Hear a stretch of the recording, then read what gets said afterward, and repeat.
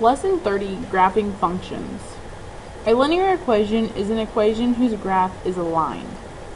A linear function is a function whose graph is a line and can be written in the form of f of x equals mx plus b, where m and b are real numbers. I hope that you also recall that m and b are also our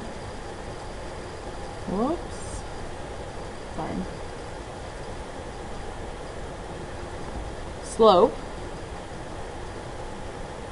and our y-intercept. I also don't want you to be confused by this f of x, because this is just writing it in function notation. F of x means the same thing as y. So what we see here is still slope-intercept form. It says to graph each equation using a table of values. Decide whether the graph is a function and if it's linear or nonlinear. So, on the first one, to graph it using a table of values, that means that we are going to make a t-chart. So we have x and we have y, and I'm going to choose any three values. I'm going to choose a negative, a 0, and a positive. So we're going to go with -2, 0, and 2. And the way that I graph this is I'm going to substitute these x values in for x to find out what y is. So I have 2 times -2 minus 5. 2 times -2 will be -4. Minus 5 is -9. If I plug in 0, 2 times 0 minus 5. 2 times 0 is 0, so I just have -5. And then 2 times 2 minus 5. 2 times 2 is 4, minus 5 is -1. Now I can graph these. Remember, when we have a table of values like this, these are our ordered pairs, which are always ordered x and then y. So we're going to graph this starting from the origin. I have -2, -9. So I do x first, which is -2, and then down 9. 1, 2, 3, 4, 5, 6, 7, 8, and 9. The next one is 0, 5, so I'm not going to move anywhere on this x-axis because it's 0, and then down 5, 2, 3, 4, and 5. And my last point is a +2, so I'm going to go right 2, and then -1, which is down 1. So my line for this, please bear with me, this is not easy to do on my tablet. Okay, so looks like this. This is my graph.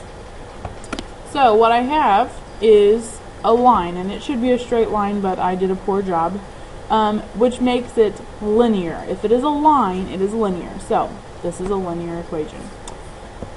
This one, exact same thing on B. I have x and I have y, and I'm going to use -1, 0, and 1. If I plug in -1, -1 squared is 1, +1. Negative times a negative is a positive. And then 1 times 3 is 3. If I plug in 0, 0 squared is 0. 3 times 0 is 0. And then I have a +1. 1 squared is 1, times 3 is 3. So these are my ordered pairs. I'm going to change my color here. Okay. From the origin, for my first coordinate, I'm going to go left 1, up 3, 1, 2, 3. Next one is at 0, 0 at my origin. And my last one is right 1, up 3. Right here. So this looks like,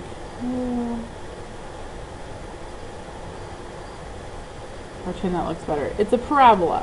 So because it's not a straight line, it is nonlinear. Okay, it says use the coordinates on each table to match the graph with one of the tables. So we are going to just take these values and find out which graph it works for. So I have x and y. Remember, f of x is the same thing as y.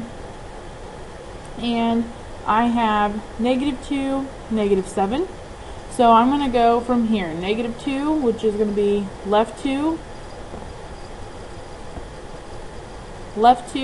down 7. That one does not fall on the line. This point that I just made doesn't fall on the line, which means it doesn't go with this first graph. So I'm going to try the next one. Negative 2, negative 7. That one does fall on the line. Let's check another one. Negative 1, negative 4. Works again. 0, negative 1. Works again. So this one, we would say the first table goes with the second graph. On the next one, negative 1, 8. That means that I'm going to go left 1, up 8. Well, we can see that that one's not going to fall on the line. On this one, left 1, up 8. Falls on the line. Next one, I have 1, 4. So I'm going to go right 1, up 4. Falls on the line. Next one, right 2, up 2. Not a perfect line, so it's pretty close. So this one, we would say, goes with the last one. And finally, we'll check it just to be safe. I have negative 6, negative 1. That means I'm going to go left 6, down 1. Falls on the line. Next one, negative 3, 0. Falls on the line. Next one, 0, 1. So I don't move left or right at all, and I just move up 1. Also falls on the line. So the last table goes with the first graph. Match the two equations below with the two graphs shown. I want you to create your own table of values with these and see which one you think matches on your own.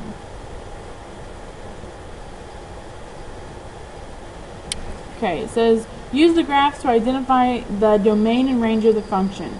First of all, we need to know that the domain is talking about the x values, and the range then is talking about the y values. Okay, on the first graph, this function for x, okay, x is right here, and the function starts right here at 0. Okay, this is where it starts. It doesn't keep going anywhere. This is the beginning of that line, and because of that, we're going to say that the domain, or the x values, starts at 0. That means that it can't be a negative. So the domain, or D, is going to be 0 and on. 0 and this way. Because this would fall at 1. This would fall at 2. This would fall at 2.5. This would fall at 4.5. Those are all x values for this function. So what we're going to do is we're going to say that it has to start at 0, and the numbers have to be greater than or equal to 0, because it has to go bigger, and it can be 0. So we would say that the domain is going to be real numbers, and that looks like the symbol, greater than or equal to 0. Now the y, the range values. Range is right here. Okay? And again, it starts right here. And the y value for this location is 0. From 0, is it going up or is it going down? Hopefully you can obviously tell that it's going up, which means that the range will be real numbers greater than or equal to 0. On this one, my domain, okay, which is my x values, okay, we want to know what x values this can be. And what you need to realize is that this parabola is starting here and it's gradually getting wider. It looks like it's going to go straight up, but it's really not. It's going to continue to get a little wider, a little wider, a little wider. Obviously not as wide as my pen just wrote, but gradually wider and wider. And what that means is that it's going on in the positive direction, and it's also going on in the negative direction, which means that the domain for this function is just all real numbers. Okay?